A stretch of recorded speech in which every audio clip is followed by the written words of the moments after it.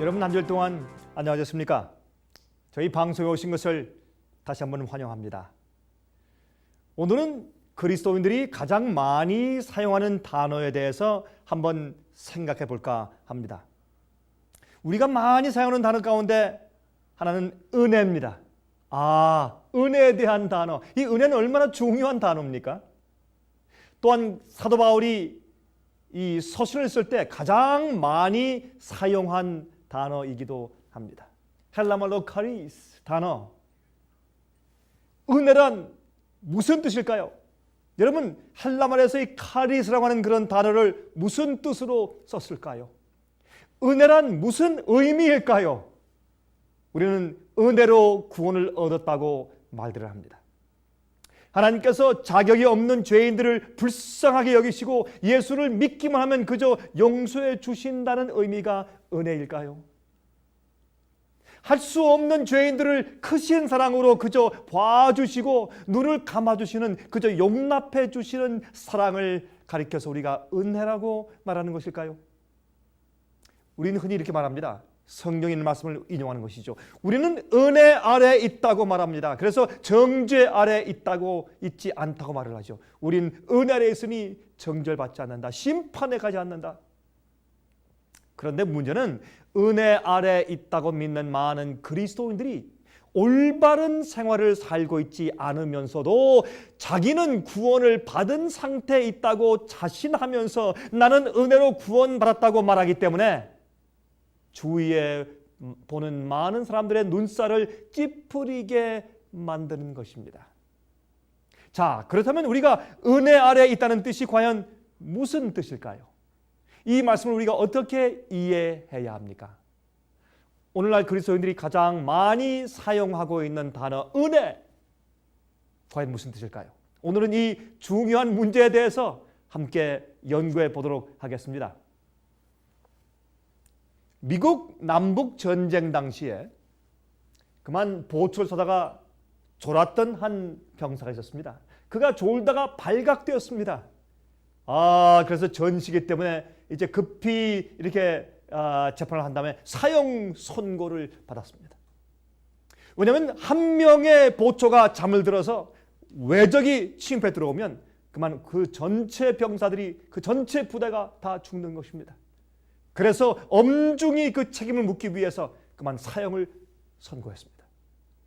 그때 이 청년이 졸다가 그만 졸지에 이제 죄수가 되어서 사형 날짜를 기다리고 있었습니다. 그때 그 소식을 들은 그 어머니는 아브라함 링컨 대통령께 찾아갔습니다. 그는 대통령 관저 앞에서 계속 눈물을 흘리면서 대통령을 좀 만나게 해달라고 호소했습니다. 그리고 드디어 대통령을 만나게 되었습니다. 그리고 그 아브라함 링컨 대통령의 어머니는 제발 내 아들을 좀 살려달라고, 나에게 하나밖에 없는 아이라고 호소를 하게 되었습니다. 그때 링컨 대통령이 그를 불쌍히 여긴 나머지 그를 사면해 주었습니다. 용서해 주었습니다. 그래서 그 병사는 다시 풀려나서 다시 전쟁터로 갈 수가 있게 되었습니다. 자, 그러면 그가 이제 풀려난 다음에 그 사형수에서 사형당할 입장에서 해방된 다음에 그가 그 다음에 어떻게 살았을까요? 어떻게 행동했을까요? 더 졸자. 이젠 내가 용서받았으니까, 내가 은혜 가운데서 구원받았으니까 이제 더 졸자. 이제 괜찮다. 걸려도 괜찮다 이제. 그렇게 할까요? 한 살인자가 사형을 선고받았습니다. 그래서 형 집행 날짜를 기다리고 있을 때 그는 어디에 있다고 말할 수 있습니까? 그는 법 아래 있다고 말할 수가 있는 것입니다. 그렇죠?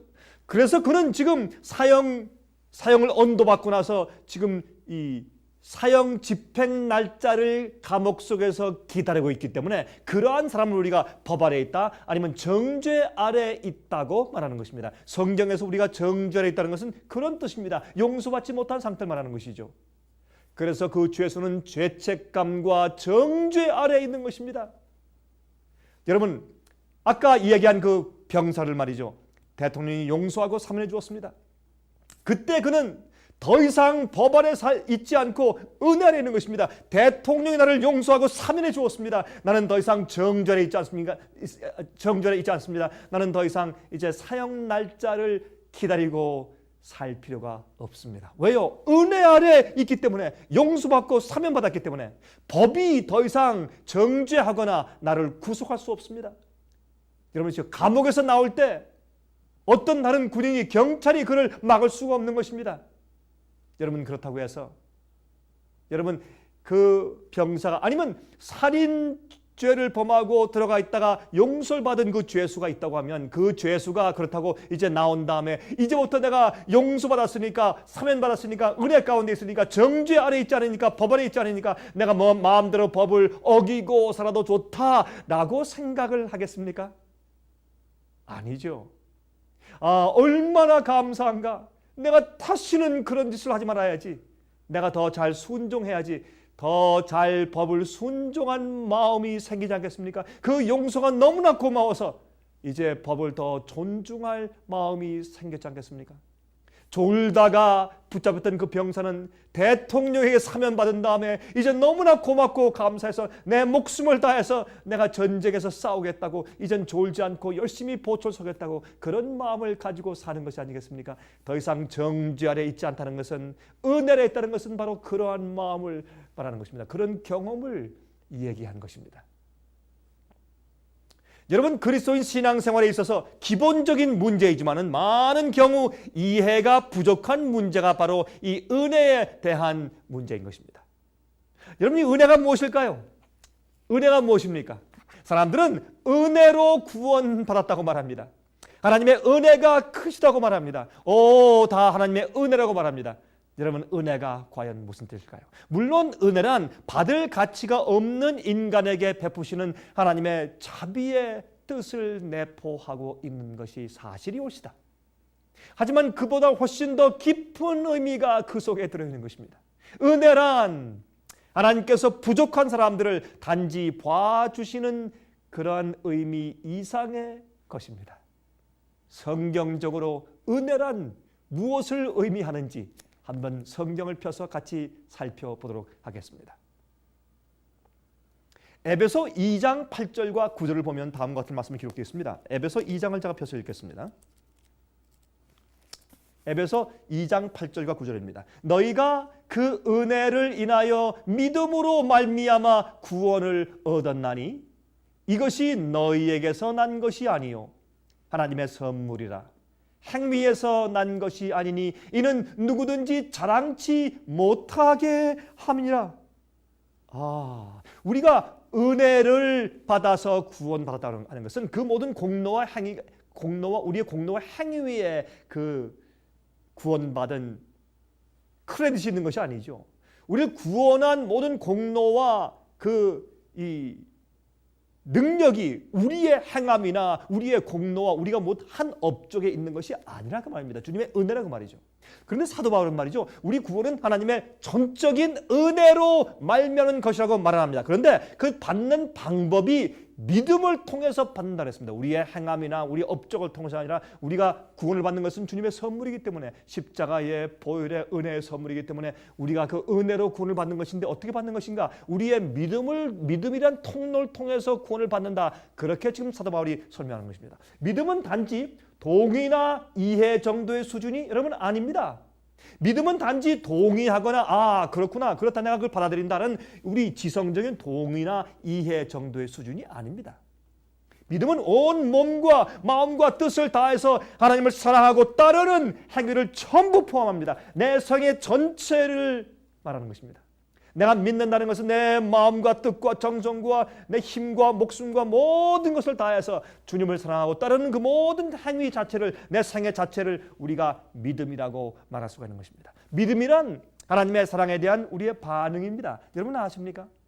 요한복음 3장 16절에 말씀했죠. 우리가 너무나 잘 알고 누구나 기억하는 성경절. 하나님이 세상을 이처럼 사랑하사 독생자를 주셨으니 누구든지 저를 믿는 자마다 멸망치 않고 영생을 얻게 하려 하심이라. 여러분, 이것은 무슨 뜻입니까? 하나님이 우리를 이처럼 사랑하사 어떻게 사랑하사?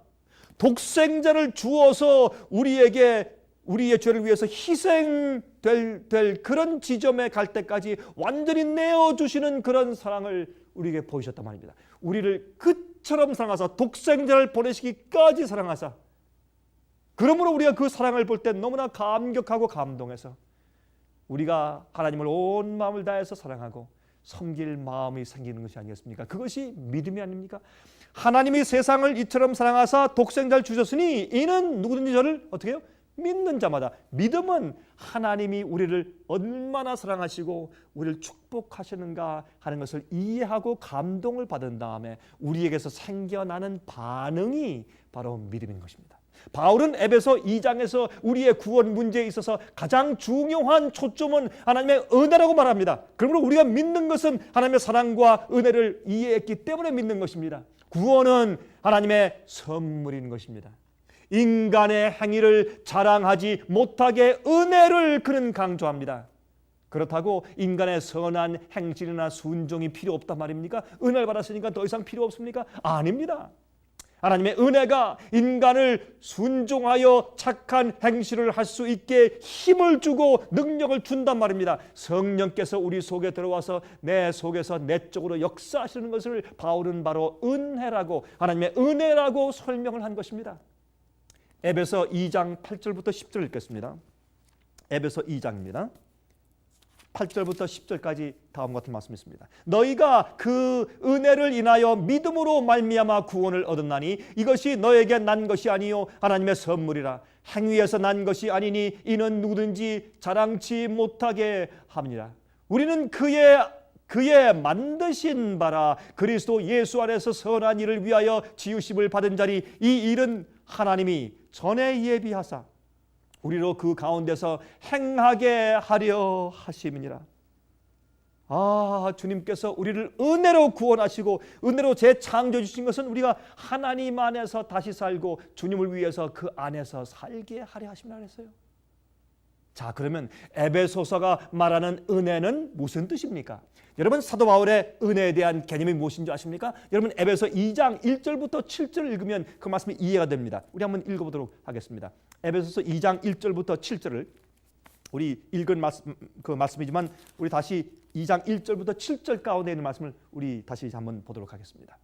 1절부터 3절 먼저 읽겠습니다. 너희의 허물과 죄로 죽었던 너희를 살리셨도다. 그때 너희가 그 가운데서 행하여 이 세상 풍속을 쫓고 공중의 권세 잡은 자를 따랐으니 곧 지금 불순종의 아들들 가운데서 역사하는 영이라.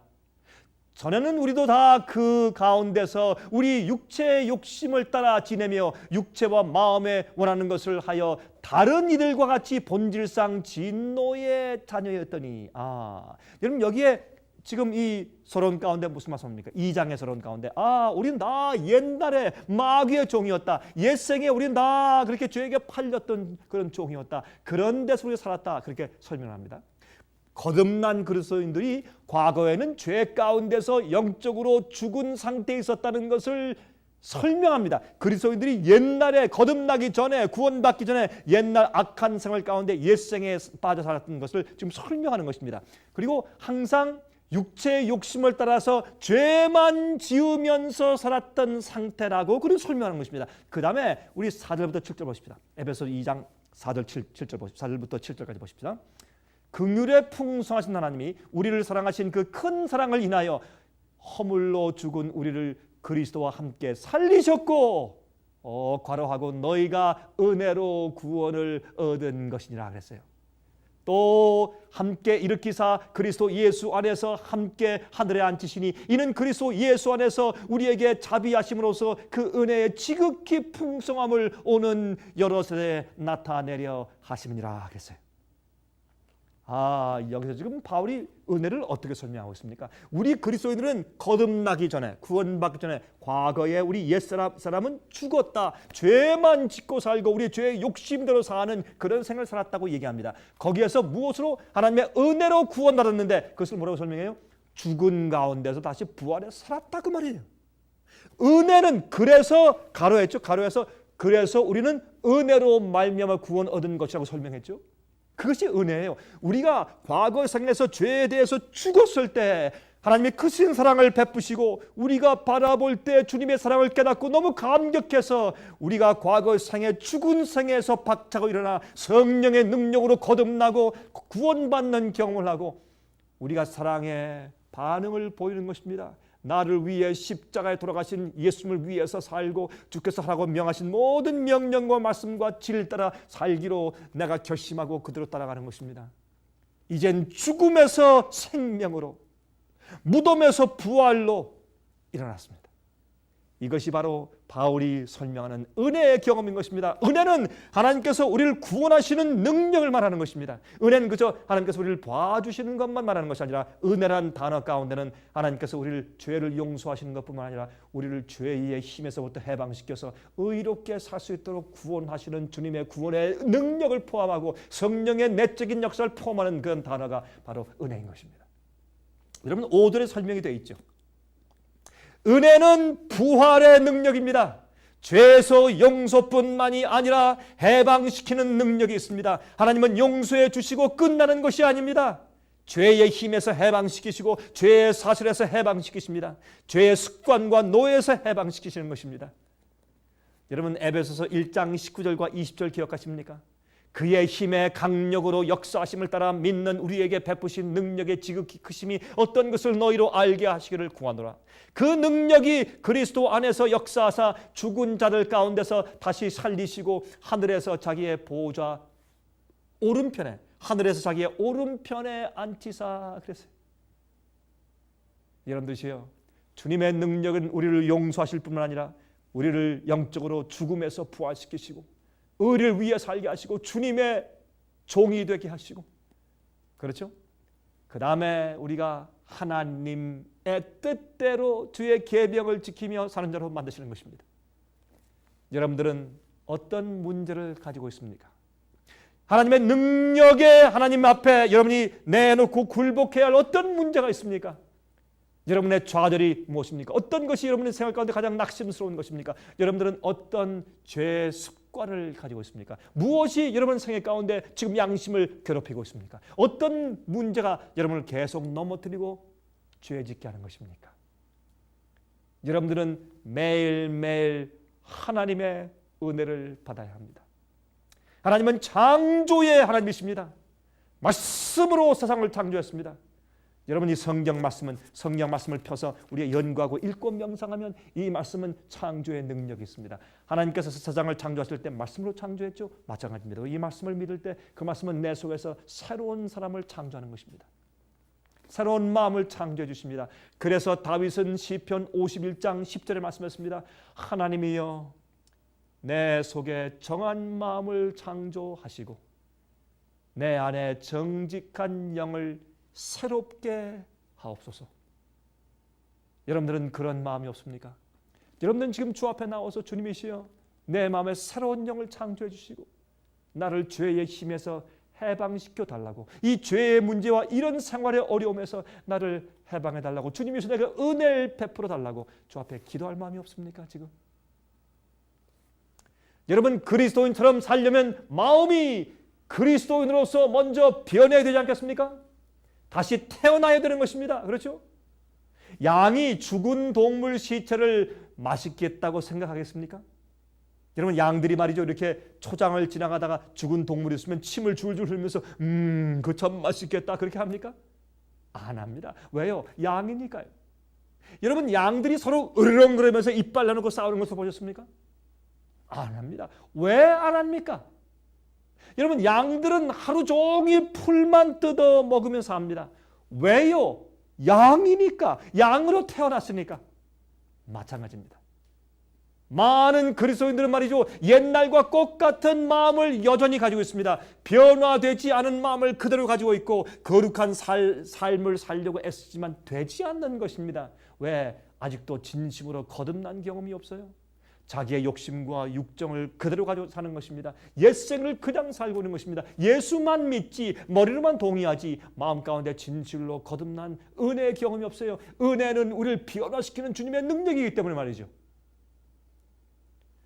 여러분 1800년도 중반에 조지아주의 어느 한 부자가 있었습니다.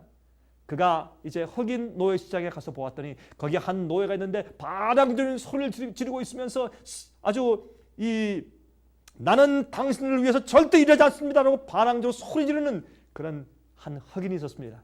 참 쓸모없는 그 노예였습니다. 사실 어떤 면에서 와야 뭐 반항하면서 일하지 않을 테니까. 그러나 이 부자가 그 쓸모없는 노예를 샀습니다. 그리고 집으로 데려왔습니다. 집으로 데려왔는데 내리면서 이 흑인 노예가 말했습니다. 나는 당신을 위해서 일하지 않을 것이요, 차라리 날 죽이시오. 난 노예가 아니요. 그렇게 반항하는 것입니다. 나는 당신을 위해서 일하지 않겠소. 그럴 때 이 주인이 그 노예의 손에 있는 그 사슬을 다 풀어주고, 그리고 참으로 아주 온유한 음성으로 이렇게 말해주었습니다. 자, 당신은 이제 자유요. 돌아가시오. 마음대로 원하는 곳에 가시오. 나는 당신을 풀어주고 해방시켜 주려고 값으로 산 것이요. 그 얘기를 듣고 이 노예의 눈에서 눈물이 흘리면서 무릎을 꿇고 그 주인에게 이렇게 말했습니다. 오 주인이시여, 나는 당신의 명령을 순종하면서 평생 여기서 살겠습니다. 난 당신같이 그렇게 자비로운 사람을 만난 적이 없습니다. 당신 같은 주인이라면 나는 평생 당신을 위해서 여기서 살겠습니다. 이것이 은혜가 주는 변화입니다. 여러분 로마서 6장 6절부터 14절을 한번 읽어볼까요? 여러분 로마서 6장 6절부터 14절. 시간이 다 없네요. 다 읽지 못하겠습니다. 그런데 여러분 로마서 6장 6절부터 14절 여러분 시간 있으면 한번 읽어보시기 바랍니다. 그 속에 어떤 말씀인 줄 아십니까? 우리가 죽었다가 부활하는 경우하고, 우리가 침례받을 때 주님과 함께 사실 죽는 것이고, 일어날 때 주님의 부활과 연합하는 것이고, 이제 내 몸을 과거의 죄의 병기로 드렸지만 이제 내가 주님을 위해 사는 것이다, 그렇게 설명을 합니다. 죄가 우리를 주장하지 못한다 그랬습니다. 예수 그리스도의 십자가의 사랑을 깨닫고 마귀의 유혹과 시험을 이기는 힘이 생기는 것을 거기 표현했습니다. 그리스도인이 된 다음에도 과거와 똑같은 죄의 습관대로 이기적이고 교만하게 사는 것이 아닙니다. 세속적이고 쾌락을 좋아하며 산다면 하나님의 용서가 무슨 소용이 있겠습니까? 무엇 때문에 우리가 구원받은 것입니까? 이러한 사람을 하늘에 데려다 놓을 수가 있겠습니까? 여러분 성경은 말했습니다. 죄가 너희를 주관치 않으리니는 죄가 너희를 주관치 못한다 그랬어요. 왜요? 은혜 아래에 있기 때문에 그렇습니다. 율법으로 구원받습니까? 아닙니다. 그렇다고 은혜로 율법을 폐합니까? 아닙니다. 더 온전케 합니다. 그것이 바로 로마서 6장 이야기입니다. 여러분 저 믿음으로 주님의 법을 폐할 수 없다고요. 여러분 경찰이요, 우리가 속도 위반을 했을 때 막 이제 사이렌을 불면서 불을 반짝거리면서 달려오죠. 여러분 그때 우리 가슴이 덜컹하죠.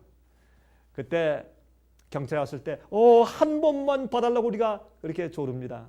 한 번만 용서해달라고 말합니다. 그때 그 경찰이 위반 용지를 찢으면서 한 번만 용서해 주겠다고 조심하라고 말합니다. 그때 우리가 다시 가면서 어떻게 합니까? 야, 이제 됐다, 용서해 줬으니까 더 달리자, 더 빨리 가자, 그렇게 합니까? 아니죠. 순종하게 되죠. 갈라디아 2장 20절에 말씀하십니다. 내가 그리스도와 함께 십자가에 못 박혔나니 그런즉 이제는 내가 산 것이 아니요 오직 내 안에 그리스도께서 사시는 것이라. 이제 내가 육체 가운데 사는 것은 나를 사랑하사 나를 위하여 자기의 몸을 버리신 하나님의 아들을 믿는 믿음 안에서 사는 것이라 그랬습니다. 여러분이시여, 결혼 서약 시에 어떻게 서약을 합니까? 내가 다른 여인들을 다 버리고 이 여인만 내가 앞으로 사랑하기로 결심합니다 하고 서약하죠. 또한 내가 다른 남성들은 다 버리고 이 남성만 내 남편을 맞아서 사랑하겠습니다, 그렇게 계약을 하죠. 그게 결혼 서약이죠. 우리가 주님 앞에 나가서 우리가 은혜로 구원받을 때, 우리가 죄에서 용서받고 은혜 가운데 들어갈 때 우리가 그런 결혼식에 들어가는 것과 마찬가지죠. 하나님과 언약간 관계에 들어가는 것입니다. 그럴 때 우리가 어떻게 삽니까? 이젠 옛생애를 버리고 새로운 몸과 마음으로 사는 것이 아니겠습니까? 이젠 주님 위에 사는 것이 아니겠습니까? 여러분이시여, 갈라디아 5장 16절부터 18절까지 보면 내가 이르노니 너희는 성령을 쫓아 행하라. 그리하면 육체의 욕심을 이루지 아니하리라. 육체의 소욕은 성령을 거스리고 성령의 소욕은 육체를 거스리나니 이 둘이 서로 대적함으로 너희의 원하는 것을 하지 못하게 하려 함이라. 너희가 만일 성령의 인도하시는 바가 되면 율법 아래 있지 아니하리라 그랬습니다. 갈라디아 5장 24절 25절 그리스도 예수의 사람들은 육체와 함께 그 정과 욕심을 십자가에 못 박았나니 만일 우리가 성령으로 살면 또한 성령으로 행할지니 그랬어요. 우리가 구원받을 때 우리가 십자가에 못 박은 것과 마찬가지라, 못 박힌 것과 마찬가지라 했습니다. 그 다음에 우리가 성령으로 살지니, 우리가 법 안에 사는 것이 아니라 법 안에 사는 것이 아니라 이젠 성령 안에 산다. 그것이 은혜로 구원받았단 말입니다.